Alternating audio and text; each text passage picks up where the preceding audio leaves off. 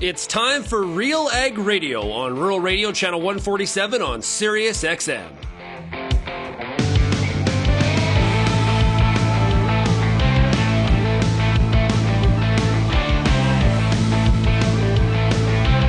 RealAg Radio and RealAgriculture.com is your home for insight and analysis of the issues that are impacting your farm business. Let's get real and get connected with RealAg Radio.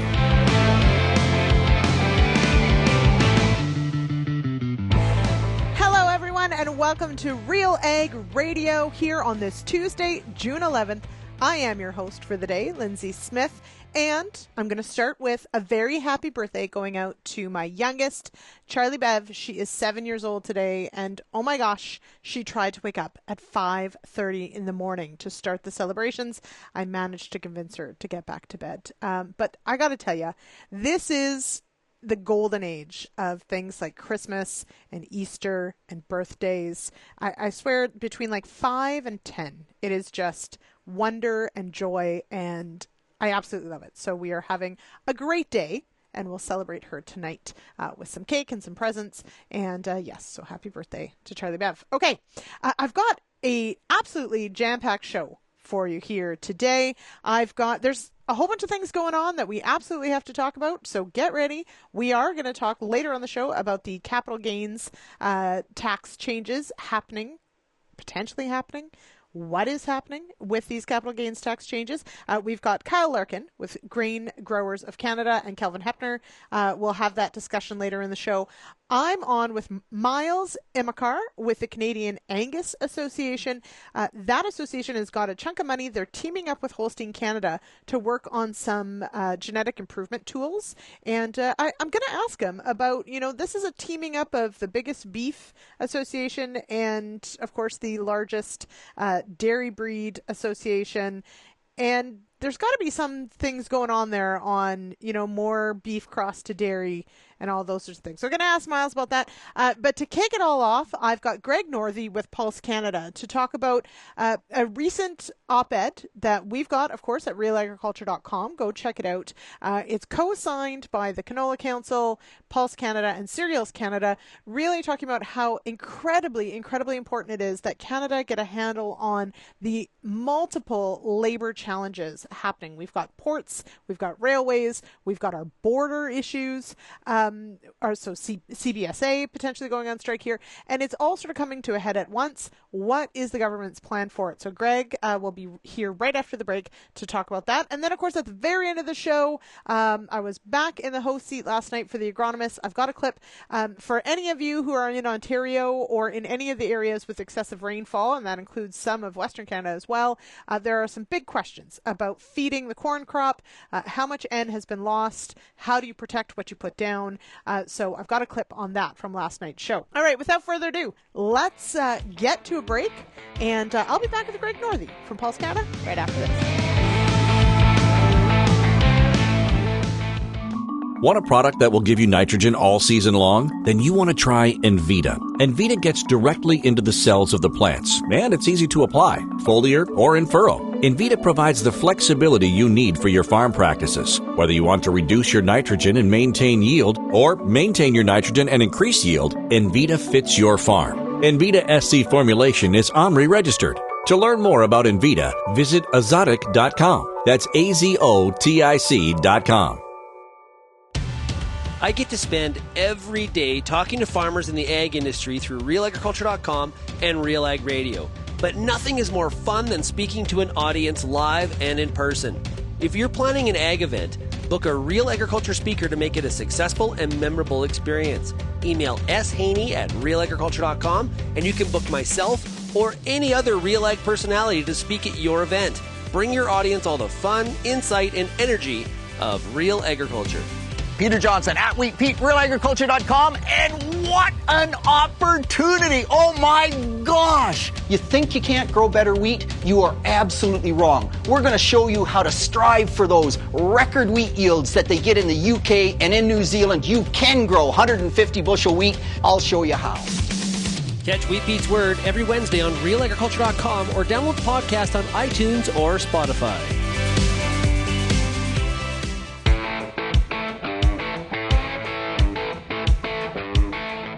Welcome back to Real Ag Radio here on Rural Radio Channel 147, Sirius XM. I am your host for Tuesdays with Lindsay Smith. Joining me now is Greg Northey. He's the Vice President of Corporate Affairs for Pulse Canada. Welcome here, Greg. Hi, Lindsay. Thanks for having me. All right. So Pulse Canada, the Canola Council of Canada, and Cereals Canada have all gotten together and written an op-ed. We've got it up at RealAgriculture.com. The headline's a catchy one, talking about team turmoil, which I like. There's some hockey reference in there as well. But it's not a good news story necessarily, really highlighting some of the challenges that we've got in front of us as far as a country, as far as our logistics go. So, Greg, walk me through it. Why is an op-ed like this so important to have out there in this discussion, be out there right now? Yeah, so you're right. It's not a good news story. And, some of the impetus for our CEOs will speak often about what each of our commodities are facing, because in reality, our farmers are going to be the same. And so we look for those synergies where we can. And, increasingly, and it's not necessarily a news story, but it's one that's taking on increased importance at the moment just because of the labor unrest that we have. Right. Is that our international buyers consistently ask us over and over, what's happening with your transportation? Are you going to be able to supply us? And so it's becoming a serious market access, in a more serious market access issue and a competitiveness issue. And so, this has really kicked off recently because, we have four at the moment, really significant labor negotiations happening that are either on the verge of a strike or could be in a strike position in the next few weeks, next month. And so it felt like the right time to, again, draw attention to this issue. And obviously labor relations are one of the pieces, but, we've had our atmospheric rivers, we've had fires, all kinds of things that we could start facing this summer as well. But at the moment, it's labor, and it could be in a few months from now, it could be a weather-related incident, but all of it highlights just how fragile our supply chains are. So, and let's recap some of that. So we do have, for the first time, the potential of a dual strike at CN as well as I have to say it right, CPKC. Yeah, it's a tongue twister. So there's the potential that both could be on strike at the same time, which I don't think that's happened in a very long time.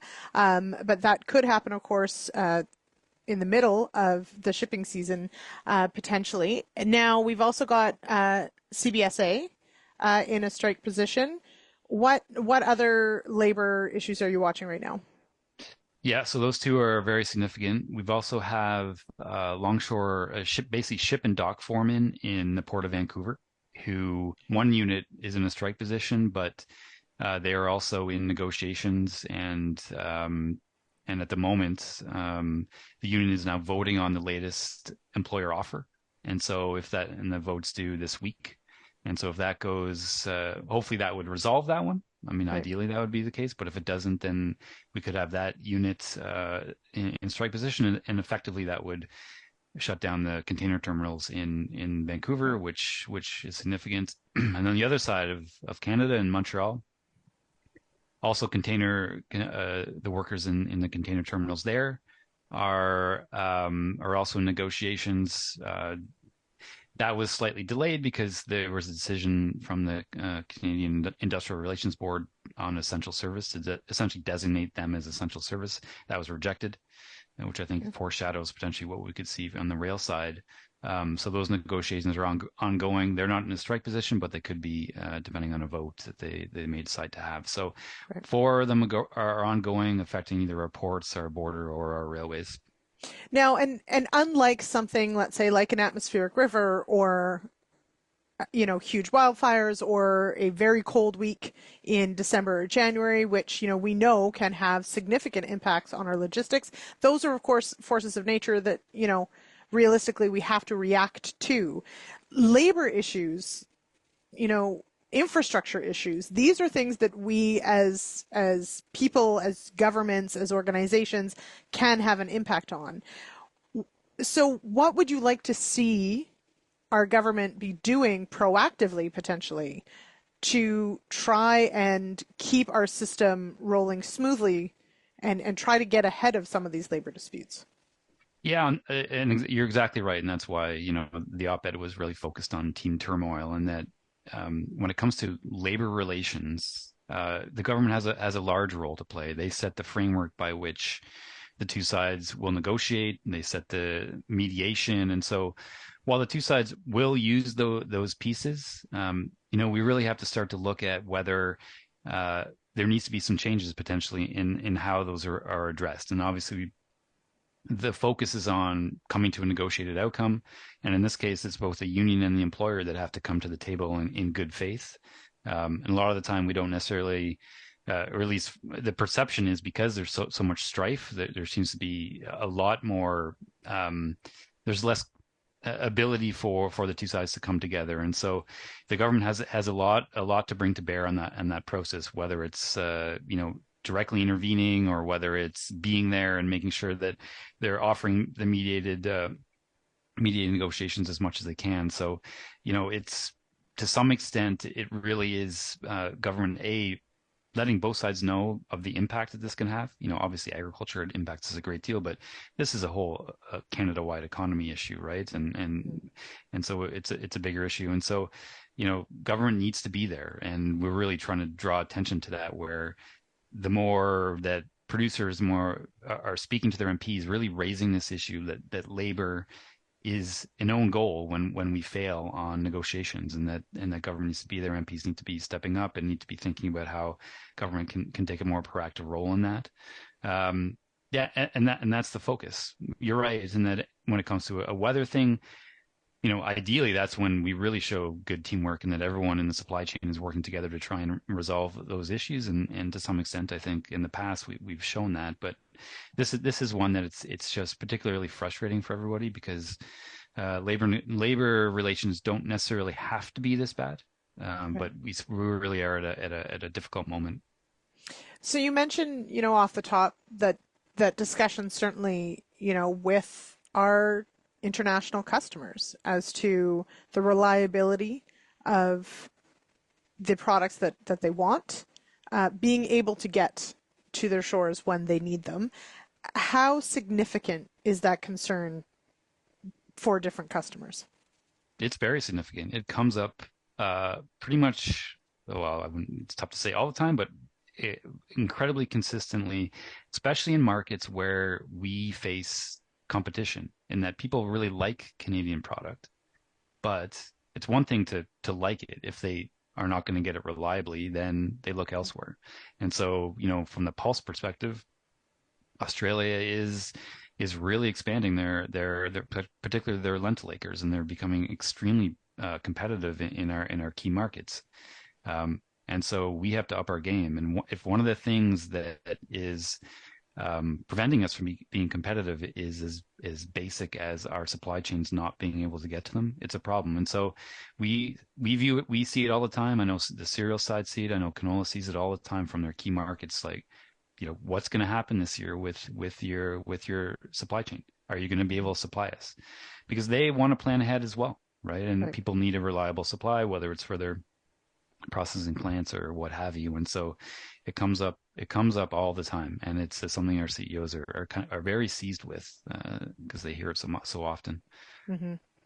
So now, for something like in this coming together of your three organizations, because as you mentioned, of course, very export dependent. Even if pulses might be somewhat more reliant on container traffic, still the same issues are going to plague all three. And as you mentioned, farmers that grow canola grow wheat and grow pulses. So you're advocating on the side of the same farmer here. We are, of course, politically, there's a lot going on. There's a lot of things that, this federal government is focused on right now. Is this message getting through on the side of, the importance of this agriculture industry being able to deliver on what the world wants? Yeah, it seems like to some extent it's getting through. I don't think we can ever, I don't think anybody can look and say it's fully getting through. Getting through, but there are signals. I mean, what the government did as far as asking for essential services to be considered on the rail side, where they sent that to the government body that deliberates on that, was a clear signal that they are concerned about this idea of both railways going down to a strike. And so I think they understand broadly, because they have seen the impact of other strikes that we've seen. But it's clear to us that the message that the message needs to be delivered consistently and basically all the time, especially over the next 2 months to government. And that because people quickly forget, another issue will come up, and we find that particularly if it is, say, farmers speaking to their MPs particularly, or our associations working through our companies or anything else to deliver them to the message in Ottawa, it needs to be very, very consistent, because it becomes very easy for the next issue to come. And I wouldn't say that it's always the agriculture message, or the understanding of agriculture, the understanding of the impact is something we always have to deliver more and more, I think, to decision makers, because there is a gap between the understanding of agriculture and many of our government officials these days, particularly because of the way constituencies break down. So our view is that we can never rest on something like this. Mm-hmm. Also, one of those big picture things that I don't know that there's any one solution to it either.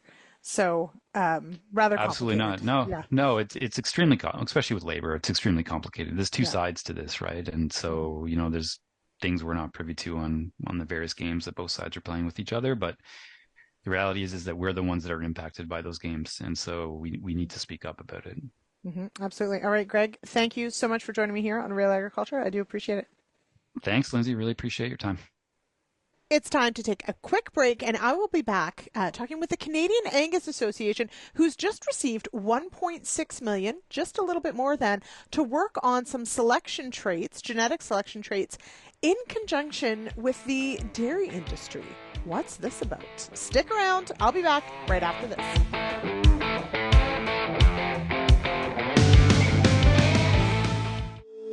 If you're involved in the agriculture industry, it's important to stay informed on all the latest issues affecting your business. At RealAgriculture.com, we offer fast, reliable news, information, and insights to help you keep on top of all of the latest in Canadian agriculture. Visit RealAgriculture.com and sign up for our free daily newsletter covering everything from news, agronomy, animal agriculture, and much more. Visit RealAgriculture.com/subscribe today.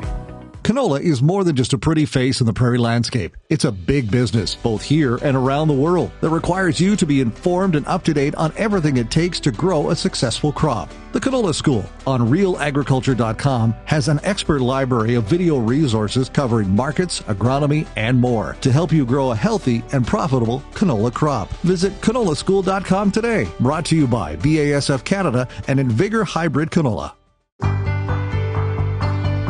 It's summertime, and you've got a lot of important decisions to make when it comes to your corn crop.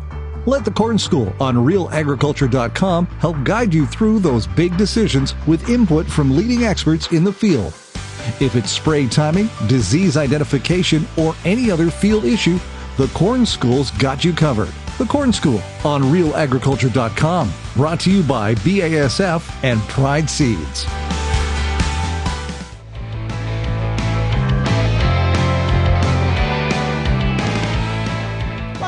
RealAg Radio here on Tuesday, June 11th. I am your host for the day, Lindsay Smith, and you deal with many uncertainties on your farm. Managing risk should not be one of them. MNP's Ag Team specializes in risk management. Visit mnp.ca to learn how you can stay ahead of the game and plan for the unknown.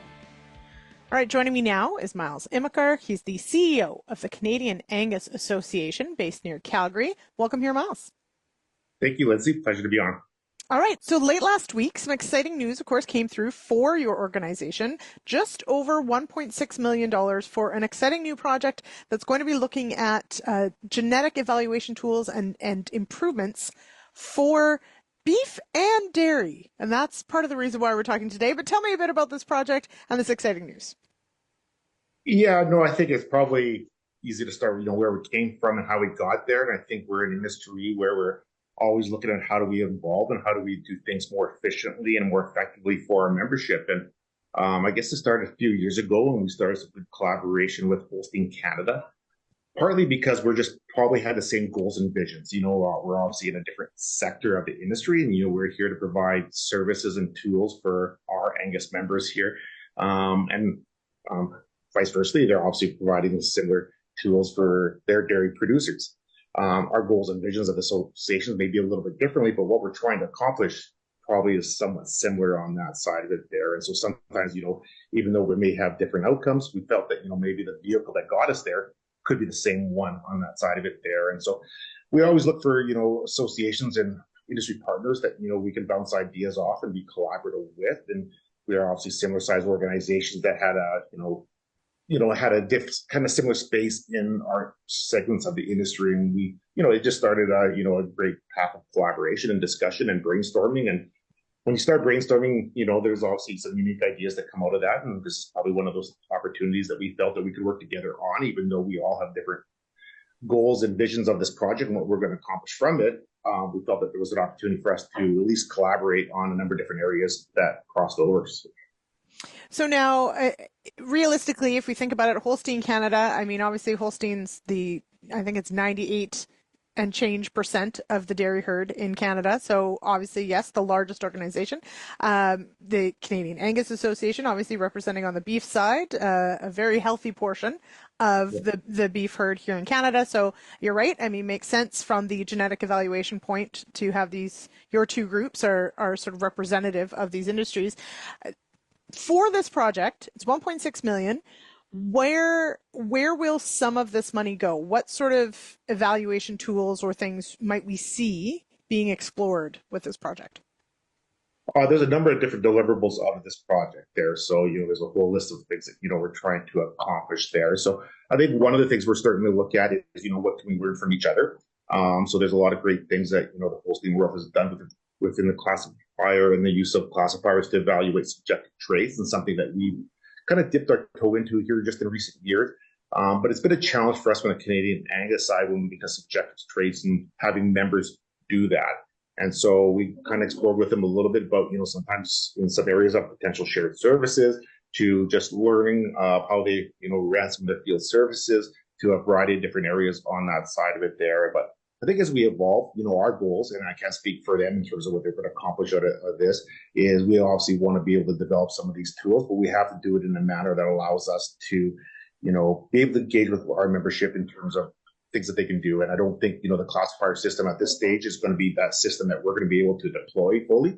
So we have to use technology that's going to help us do that. And so, obviously our members are certainly, are warm to that idea. And so we're exploring how do we use technology right now to be our friend and allow us to, collect some subjective traits. But even at the root of this, some of the first things that we plan to collect is really just even enhancing what we do from a genetic evaluation side, even just our performance and phenotypic traits. We obviously want to put a lot of reliability in our genetic evaluation system, and that comes with great data that's going to inform that to be able to provide accurate evaluations for our members so they can put more onus on it, more reliability, and have more predictability on that. And so a lot of that comes from, in the past, we've always put the onus on our members and our commercial members to collect data and submit it to us. And we continue to do that. But we also felt there's an opportunity for us to, take some ownership in terms of how we collect data, where we can control the information, from start to finish, and really get some great data that's going to help inform our genetic evaluation system there. But we're also moving in a space where there's new traits that we have to measure, things that are being created, pulls from the consumer or from other sectors of the industry, whether it's environmental traits that we have to look at, and things that, we're just entering that field. And so we're looking at these tools to be able to help us give a start, get a baseline, and start looking at some other things that we haven't measured in the past, and probably things that would be very difficult for our members to measure that we probably have to do ourselves on behalf of our membership. Things, we start getting into emissions and greenhouse gases and all that things in that space. And that's part of the deliverables out of these tools as well. So, And I mean, certainly we've seen some movement on that within Canada just very recently, being able to identify some methane emissions reduction traits potentially within the genome, which is really exciting to see. Now, one of the things that, of course, this also brings together is, the dairy industry is in and of itself. It is the milk and butter and ice cream and cheese. It is the dairy industry, but it's a key player in the beef industry that I think sometimes isn't always necessarily at the forefront of everybody's minds. Is there, behind the scenes, the discussion of how the beef and dairy side work together on the crossing of dairy cows using beef genetics to potentially secure some of that Canadian beef supply? Yeah, there's no doubts that the beef market has changed over the last number of years as strategies in the dairy world have also increased the use of beef sires on dairy cattle, and then they have also entered the beef chain. One of the opportunities that we felt when we started discussions with Holstein Canada was how do we utilize some of those animals, and there's a lot of them in the system because they obviously can be measured from the day they're born to the day they go to slaughter. And we, from an Angus side, and predominantly the beef on dairy is an Angus Holstein cross, which represents a high percentage of that market today for a number of different reasons. But we felt it was the opportunity for us to work together because we obviously know half of that equation and they know a lot of information from the other half. And as an industry, we've actually focused on different things. And so maybe there was an opportunity for us to share what we know on what we know, and then to share obviously vice versa of what they know. So we've done a lot of things around performance trades and carcass measurements, evaluations there that we've spent a lot of time on. And they've done a lot of work, probably more extensive work than greenhouse gases, emissions, feedlot, health traits and things like that, it's an area where we want to have some more learning. So by understanding that beef and dairy calf going through, there is probably some opportunity for us to learn a little bit more about the Angus animal or the Angus component within that equation there by understanding what the dairy industry has done there as well. This certainly, we don't get into the supply chains, and certainly our supply chains are directing, the product that's going to be coming through that fit their specs. But there's certainly a lot of deliverables that we can help inform. I'll provide some predictable tools, might change some breeding strategies based on some information we can learn through this project. So let's say there's a lot of moving parts within this project that we're certainly just starting to explore. Mm-hmm. And just looking forward, how many years is this project? This is a 4-year project. 4 years. Okay. So we're pretty close to that day one of the project, but. Okay. So lots to do between now and then, but certainly exciting and interesting to see where this goes. Absolutely. And some neat things in the works. So we'll stay tuned and see how it unfolds over the next couple of years. So Miles, thank you so much for joining me here on RealAg Radio. My pleasure. Thanks. We're going to take a quick break, and after the break, my colleague Calvin Hepner is going to hop on the show here. I've got his conversation with Kyle Larkin, who's with the Grain Growers of Canada. There certainly are many changes about to happen to the capital gains, or how capital gains are handled in this country, and the impacts of it, well, maybe not today, but in the short, medium, and long term especially, could be huge for farmers and the farming community. So let's take a break, and I'll be back with more RealAg Radio right after this.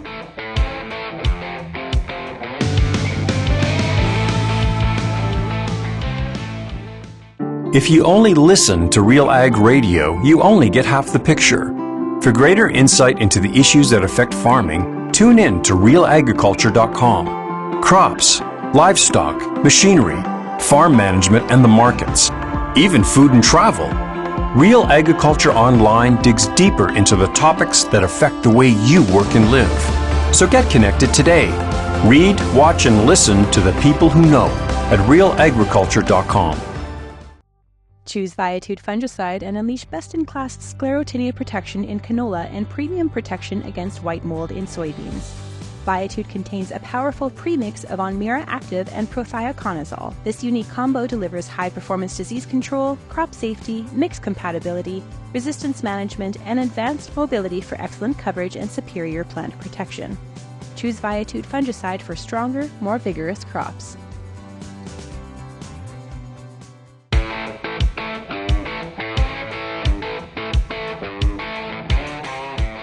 Welcome back to RealAg Radio here on Rural Radio, Channel 147, Sirius XM. I am your host for the day, Lindsay Smith.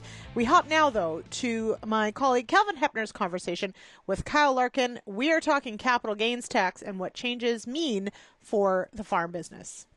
For Real Agriculture, I'm Kelvin Hepner, and pleased to welcome Kyle Larkin, Executive Director of Grain Growers of Canada, to Real Agriculture and RealAg Radio. And Kyle, Grain Growers, you have written a letter to Minister Freeland, issued a press release today as well regarding the capital gains inclusion rate increase that was announced in the budget back in April. The legislation is coming forward this week. Can you bring us up to speed here, fill us in on what the intent is with this letter today, Kyle? Well, thanks for having me, Kelvin. And this is a growing issue and should be a big issue and a big concern for most grain farmers across Canada. The government's looking at increasing the capital gains inclusion rate from 50% to 66%. Look, the math and the accounting is tough on this, but what I can tell you is our research shows that this will represent, in general, a 30% tax increase on grain farmers at the time of succession. So if you're a 800-acre farm in Ontario, for example, this is going to be about $1.2 million. If you're a 2,500-acre farm in Alberta, again, you're looking at just over $1 million in extra taxation of what you already have to pay when you're going through succession. So this is a huge issue. I think it will really impact many family farms across Canada. And what we told the Minister Freeland and what we're telling the government is we need to protect family farms. And this is not a way of doing that. This is going after a lot of the important pieces on farmland in Canada. So can you fill us in a bit on how you got to those numbers, Kyle? This is using kind of typical acres and then running a typical kind of lifespan of a farm, say a farmer bought their land in the 90s and are selling it today, that kind of thing?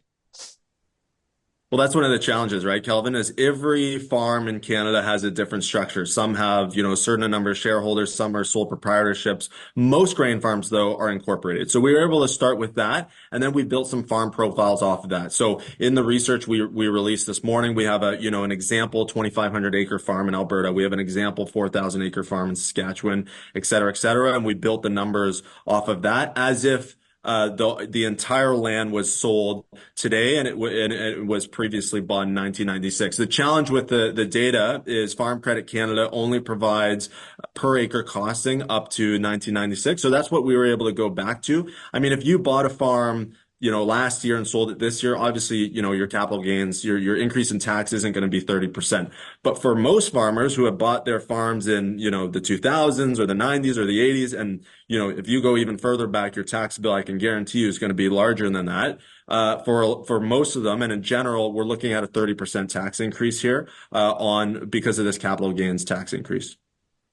So the government's had a big message around generational fairness and younger Canadians not bearing the burden of government costs down the road here, Kyle.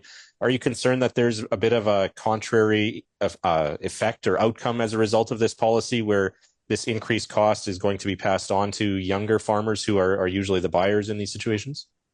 Well, that's exactly what we told the government. The budget 2024, the title of budget 2024 was fairness for every generation. What we've told them is this is going to have the exact opposite impact on young farmers across Canada.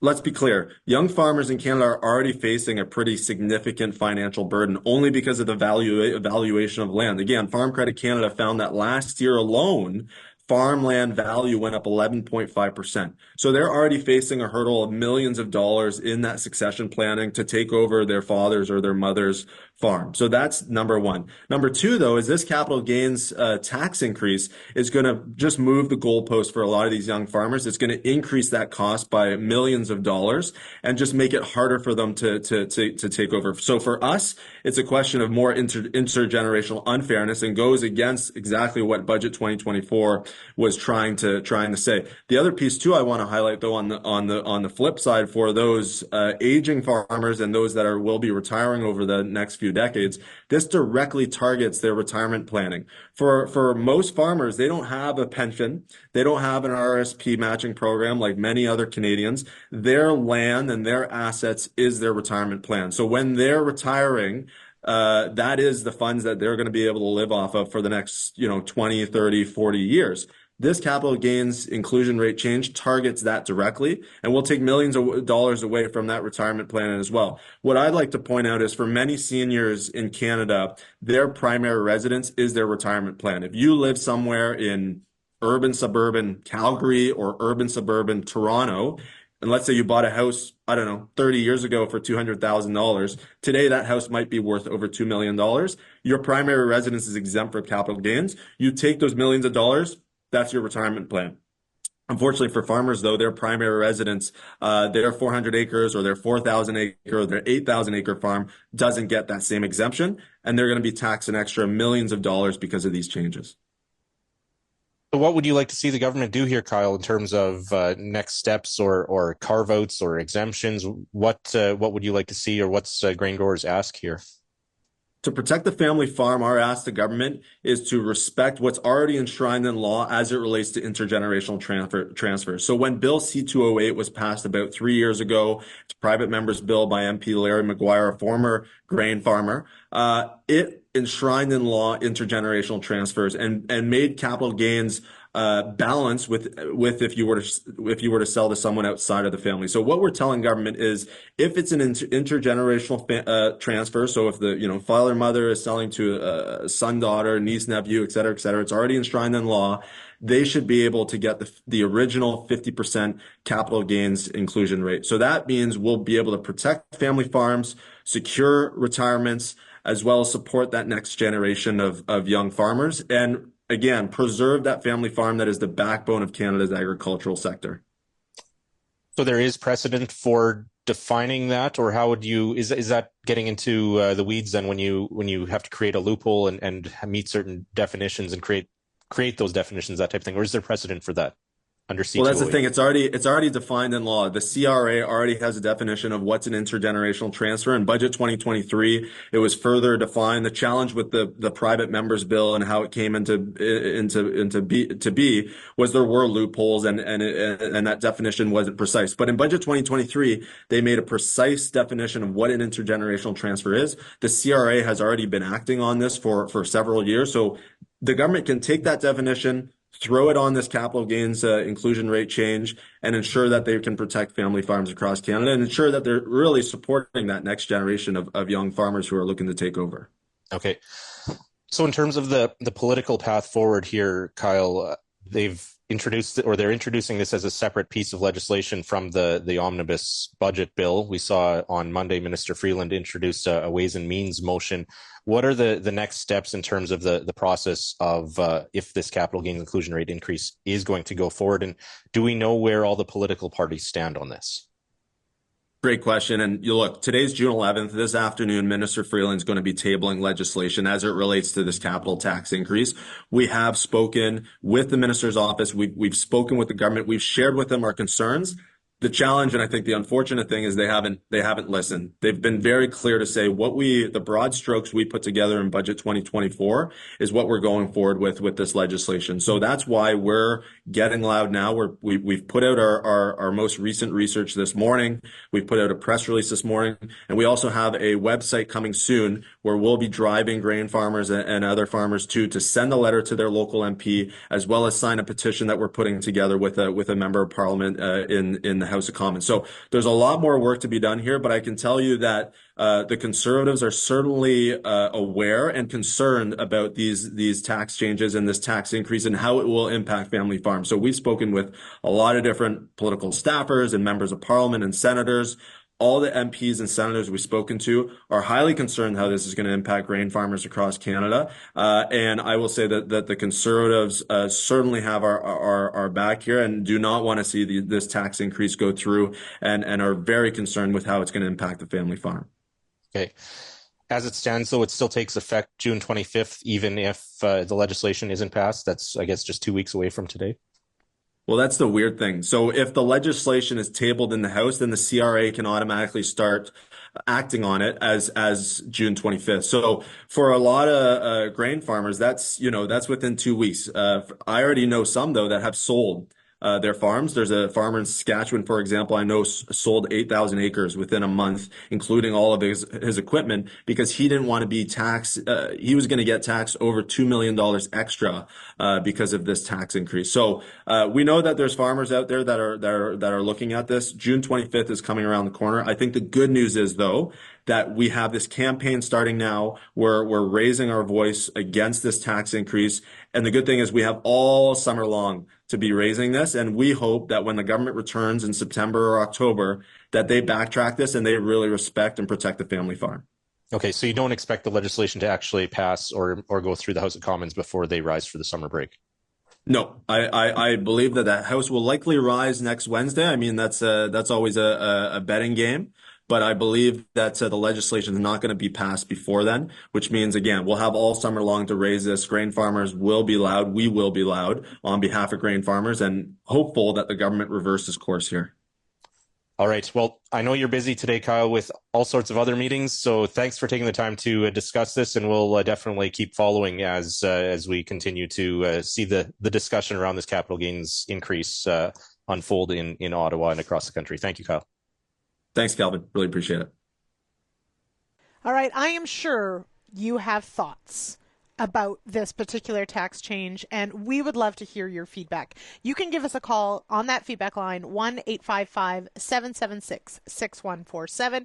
You can zip me an email, lsmith@realagriculture.com, or of course your regular host, Sean Haney, at shaney@realagriculture.com, or zip us a DM across social media. We're easy to find, and we will get those messages. But we'd love to know how you are potentially managing for this change. Has it sped up the process for you to try and beat the deadline? Are you rethinking how you potentially set things up going forward? Or are you just frankly kind of ticked about the whole thing? Let us know. All right, we're going to take a quick break, and I will be back with a clip from last night's episode of The Agronomists right after this.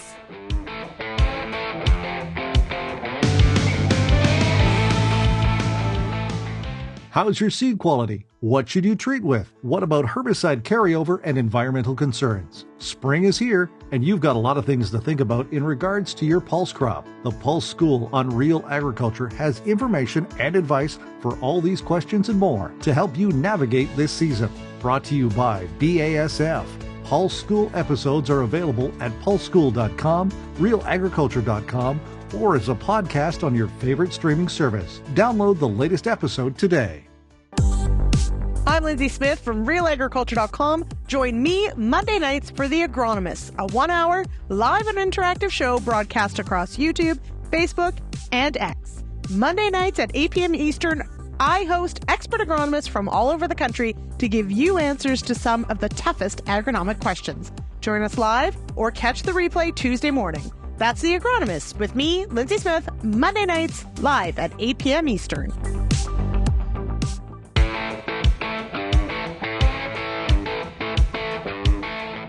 Welcome back to Real Ag Radio. I am your host, Lindsay Smith, and this segment is brought to you by AgZone Bin Logic. AgZone Bin Logic is a grain monitoring solution designed to transform the way growers manage their grain storage. With streamlined installation, subscription-based pricing, and adaptability to your farm's needs, speak to your local co-op Agro Center expert today about AgZone Bin Logic and see how we can help protect your yields. All right, as always, on Monday night, I hosted another episode of The Agronomist. So this goes 8 p.m. Eastern. You can check out realagriculture.com/live or /agronomist, whichever one. Or if you're on YouTube, subscribe, get notifications. It will actually tell you when we're going live. We've got a great community of agronomists and farmers and extension staff that hop on Monday nights. We pick a topic, we have a couple experts, and we dive in. And we answer questions from the audience as they come in. But of course, we've also got lots of visuals and some great stuff that happens on The Agronomist. So do check it out. There's always some side conversations, some very fun ones happening in the comment section over on YouTube.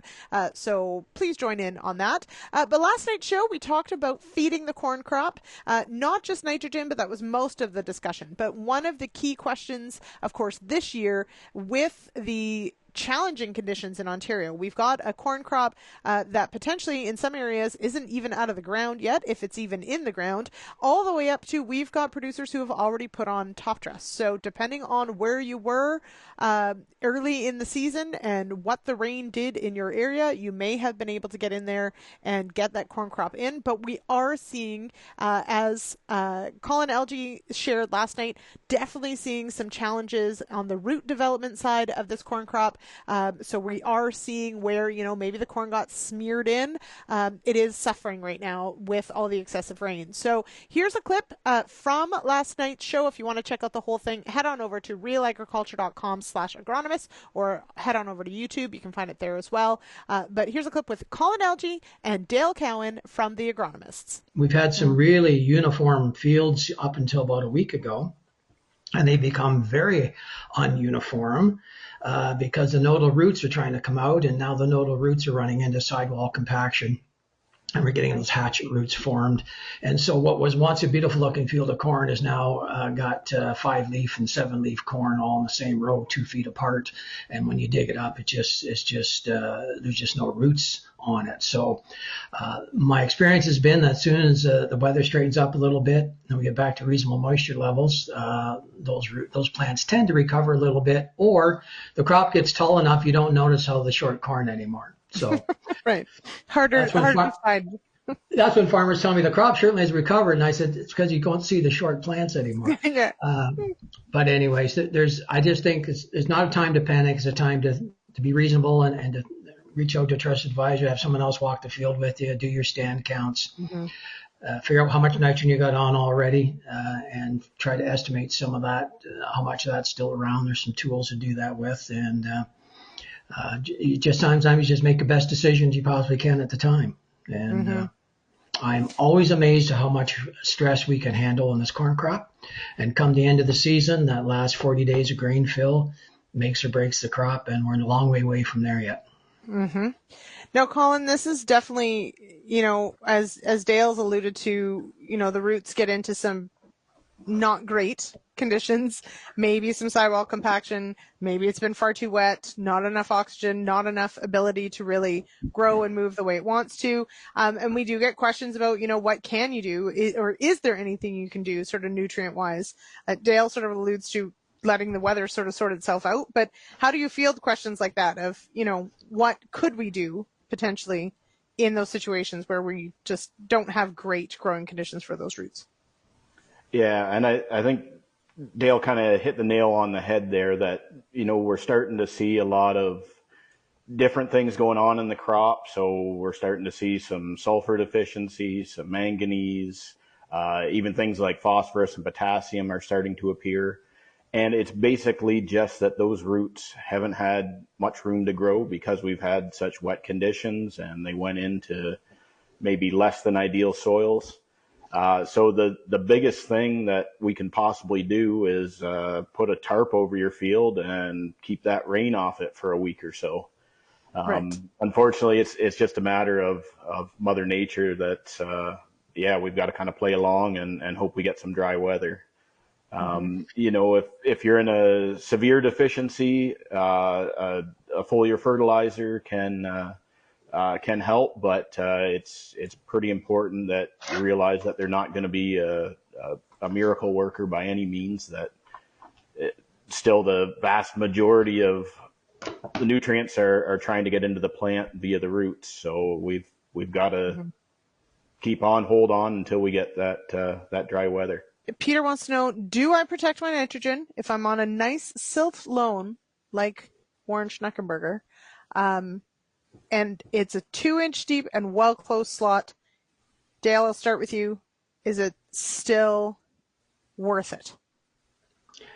Well, you tell me how much rainfall you're going to get, and how saturated the soil will be for how long, and that's definitely worth it. I mean, these things protect when you have conditions for loss. That's right. Yeah. They are going to be worth their weight in gold when you have saturated soil conditions for a week or 10 days, and they'll more than pay for themselves. But if you're not having, I've used these things where you had a year where there was very little nitrogen loss, and of course, but most years these things pay for themselves. Okay. Yeah. Colin, agree, disagree?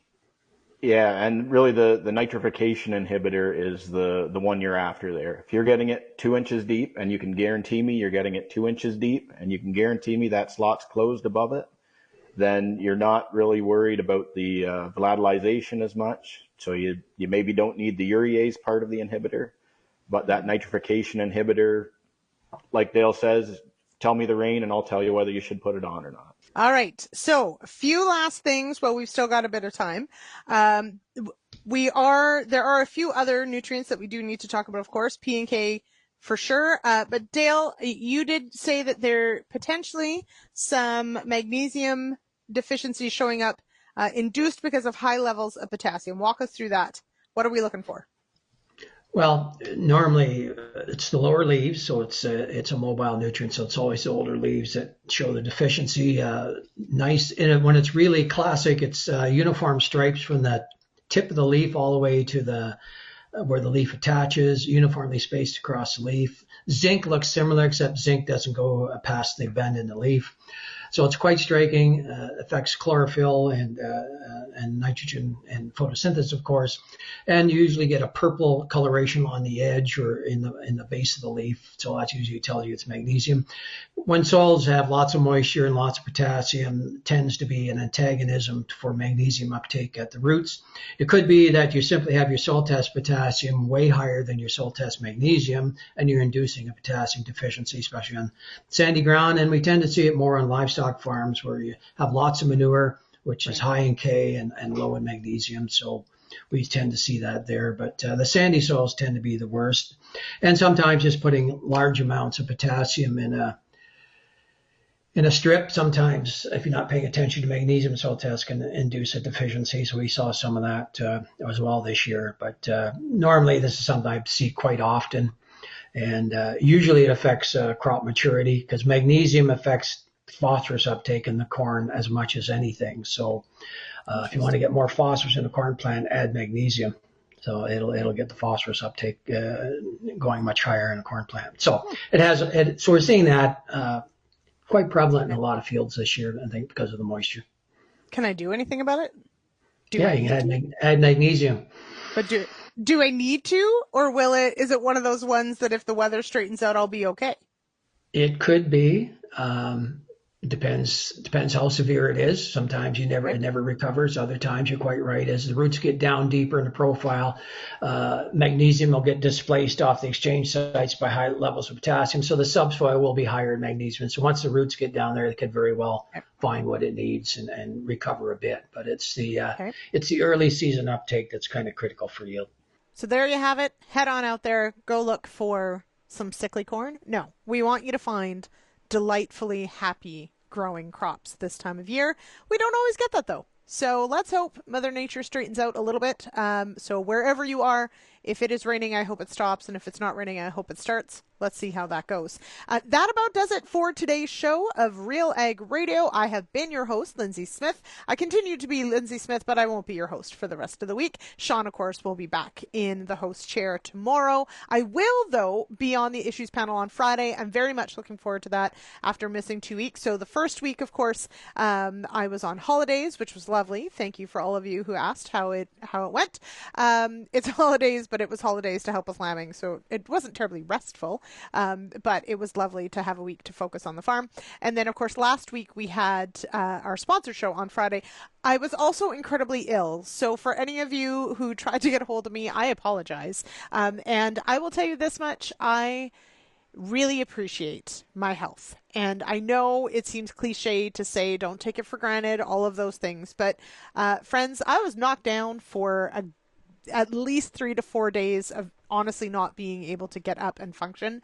And it's a lot when you've got 3 kids and a farm and a full-time job and all of those things to contend with, and your body just says no. You're staying in bed.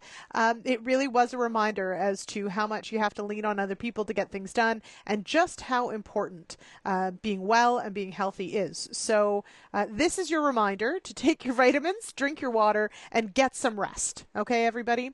If you've got feedback on today's show or any of our shows, give us a call, 1-855-776-6147. You can zip me an email, lsmith@realagriculture.com, or of course find us across social media at RealAgriculture. Have a wonderful Tuesday. We'll see you on Friday.